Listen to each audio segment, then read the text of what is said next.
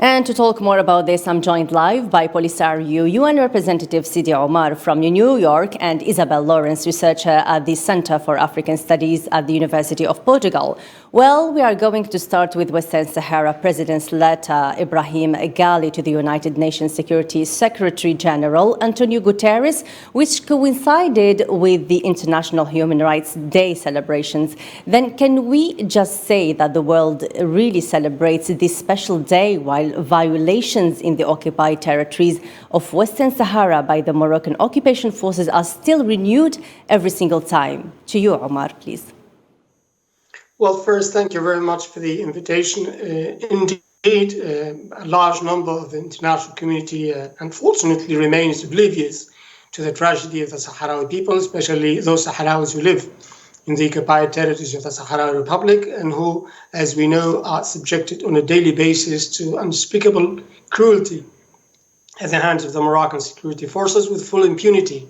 And that's why we call on all international community to come to the aid of our people and to save lives and not to continue dealing with double standards, focusing on some areas and doing nothing about other areas. Sidi Omar, please let me just bring into our discussion Isabel Lorenzo and always about President Ghali's latest statements, who said that there is no discussion of peace without putting an end to the occupation of Morocco and liberating the occupied Saharan territories. What do you think about this, Isabel? Well, good afternoon to everyone. Thank you for the invitation. I don't think that there was one day of peace since the day of occupation of 1945. So even if people speak about ceasefire, it was not peace, not for the Sahrawis, the occupied territories, neither for the Sahrawis in the refugee camps. And it's very important for peace.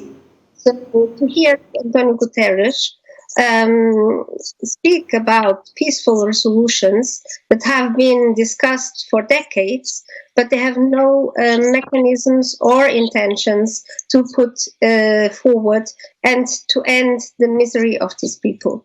It's incredible, and it's a lack of honesty when each time the UN Secretary General speaks about peace, he should think about what he's saying.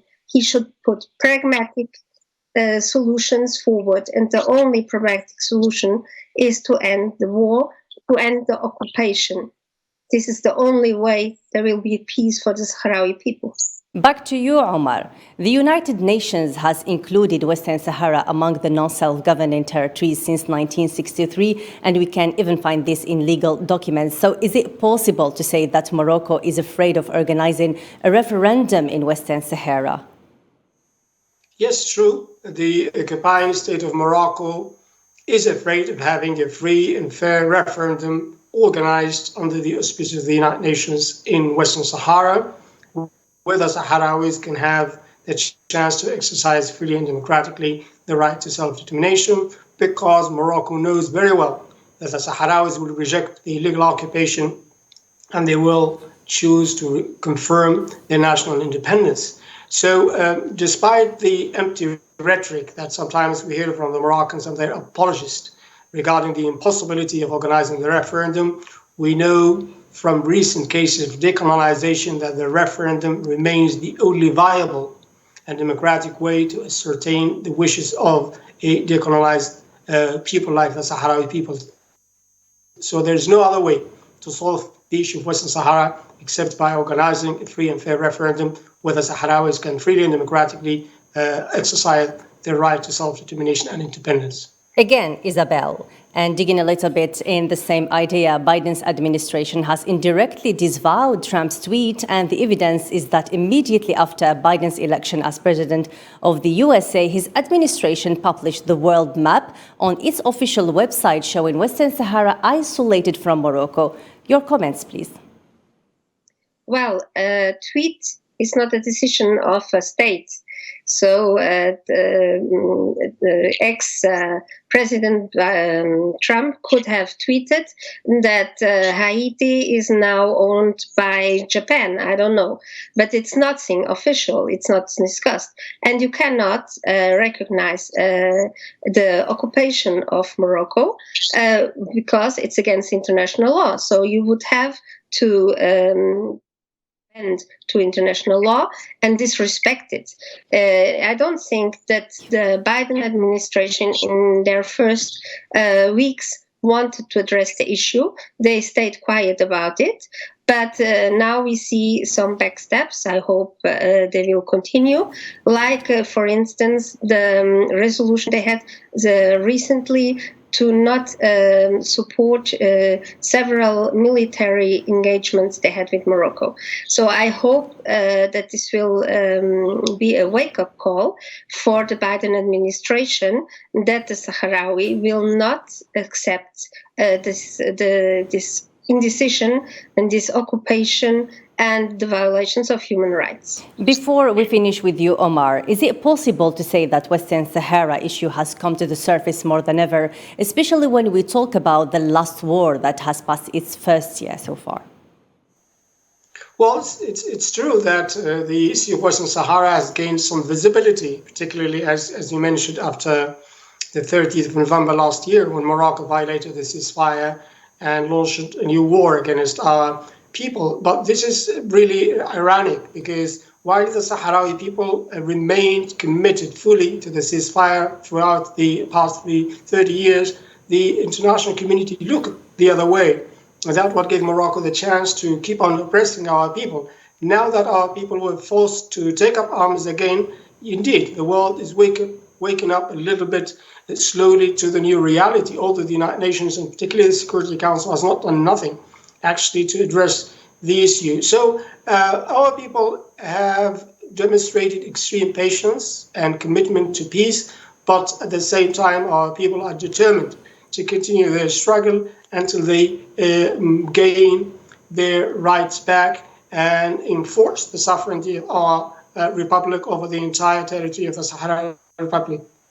And we finish with you, Isabel, as a female who has been a victim of the Moroccan regime, and for sure you feel what Western Sahara women are going through. Can you tell us a little bit about your own experience and the violations Western Saharan women are facing on a daily basis in this case?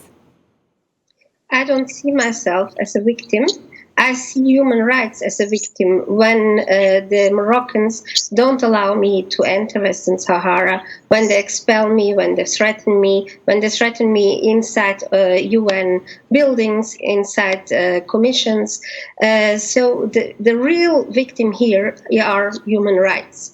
And the Sahrawi women are without any doubt the bravest women I've ever encountered, who have for decades been demonstrating in the occupied territories in a non-violent fashion. They have been advocating for peace in all forums. And what do we see? We see Sultana Khaya, for instance, one of many, of hundreds of examples, but Sultana Khaya is now more in the spotlight because she is under what they call house arrest. But it's not even a house arrest, since she was never accused of anything. She never had any criminal file, so she is not accused of anything. She is living under siege with her sister, with her mother, with her nephews, with her nieces for over 1 year. They cut off their electricity, their water. They are surrounded by police. They are attacked. They are sodomized. They have been victims of sexual abuse. They have difficulties to have the groceries. The most basic needs are impeded to them since November 2020. And it is impossible to understand why the United Nations do not intervene, why MINURSO does not intervene without or with mandate for human rights regards. This is a situation that is incredible. Thank you so much, Polisario UN Representative Sidi Omar, New York, and Isabel Lawrence, researcher at the Center for African Studies at the University of Portugal, who joined us both via Skype.